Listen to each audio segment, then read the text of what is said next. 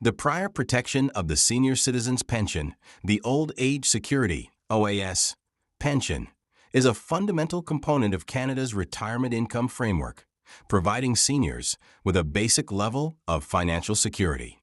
However, in 2025, the OAS program will undergo significant alterations that will affect both current and future beneficiaries in profound ways. The federal government has announced modifications to the OAS system to enhance its financial stability in light of an aging population and increasing demands on public programs. OAS is essential for Canadians nearing retirement age and younger individuals planning for their future to understand these factors as they affect the retirement income seniors can expect from the government. The specifics of these adjustments and their potential financial implications remain uncertain at present. Nonetheless, the 2025 OAS reforms are part of a broader initiative by the federal government to modify Canada's retirement income system in response to demographic and economic trends concerning the baby boomer generation.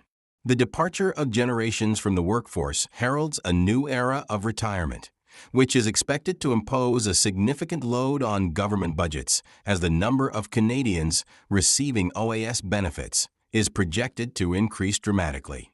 Furthermore, retirees will rely on OAS for extended periods due to increasing life expectancies. When all these factors are evaluated collectively, the government is responding to ongoing economic uncertainties by assessing the OAS program to ensure its sustainability for future senior generations. The primary focus of the 2025 reforms involves modifications to the eligibility age and income thresholds for partial and full pension benefits from OAS. The current eligibility age for OAS is 65, but it will gradually increase to 67 by 2029. Additionally, the income thresholds determining OAS benefits for retirees will be adjusted for inflation, resulting in a reduction of payments for affluent seniors. Although these modifications aim to enhance the long-term sustainability of the OAS system, they will undoubtedly influence how Canadian seniors save for retirement and perceive their financial security. It is crucial to comprehend the specifics of the 2025 OAS reforms and their potential implications. The incremental elevation of the eligibility age from 65 to 67 constitutes the inaugural substantial modification to the OAS program and is imperative for elderly individuals to effectively strategize and navigate this evolving landscape, which will influence their distinct circumstances. The modification will occur over 4 years. For Canadians born prior to 1958, the OAS eligibility age will remain at 65. Conversely, individuals born in 1958 or later will be eligible for OAS at age 67 and above, with the eligibility age rising by 3 months annually from 2023 until 2029, following the subsequent timetable for the progressive raising of the eligibility age. The eligibility period begins when the individual is 65 years old. For those born in 1958, it continues for 3 months. For those born in 1959, 6 months. For those born in 1960, 9 months. And for those born in 1961 or later, they will be eligible to participate at age 67. The objective of this gradual increase in the OAS qualifying age is to harmonize with larger demographic trends while giving the government financial leeway to ensure the program's viability in the face of growing life expectancy. The federal government is attempting to better manage these demographic and economic constraints by gradually raising the age of OAS eligibility, but this has the unintended consequence of making Canadians retire later, which puts further strain on the country's pension systems. Not all seniors in Canada will feel the effects of this adjustment equally. Those whose health is inadequate or whose income is low might not have many choices for postponing retirement or finding other ways to bridge the gap between 65 and 67, such as increasing their income in the 2 years preceding the availability of OAS. Additionally, some groups may be more negatively impacted by the higher OAS qualifying age than others. For example, people whose occupations are physically demanding or who have lower earnings might have a harder time staying in the workforce until they're 67 years old. This might exacerbate challenges for already struggling elders and their families, emphasizing the importance of supplementary policies and support systems to guarantee a seamless transition.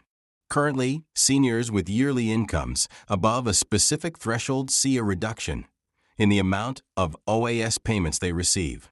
As part of the 2025 reforms, the OAS eligibility age will be changed, and there will also be revisions to the income levels that trigger the OAS clawback. Under the new system, the income requirements that trigger the OAS clawback will be updated for inflation instead of living standards.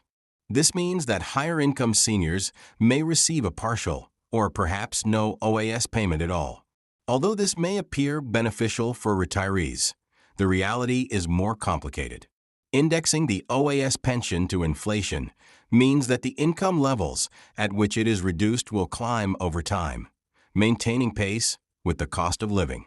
As the income thresholds for the clawback increase, more pensioners will be vulnerable to the partial or complete reduction of their OAS pensions. Consequently, the government is effectively diminishing the real value of OAS payments for higher-income seniors over time. Alongside retirement assets, in the context of an aging population, the government is seeking methods to manage the long-term expenditures of the program. One strategy being implemented involves modifying the income thresholds for OAS benefits. The government aims to redistribute limited resources to assist seniors who are experiencing significant financial hardship by gradually reducing OAS benefits for higher-income retirees. However, this approach will have substantial repercussions for these seniors, affecting their retirement planning and financial stability, particularly for middle-class Canadians who may have relied on a complete OAS pension to finance their retirement. As the value of OAS payments declines for these individuals, maintaining their financial well-being will require seeking new sources of income or reevaluating their retirement plans.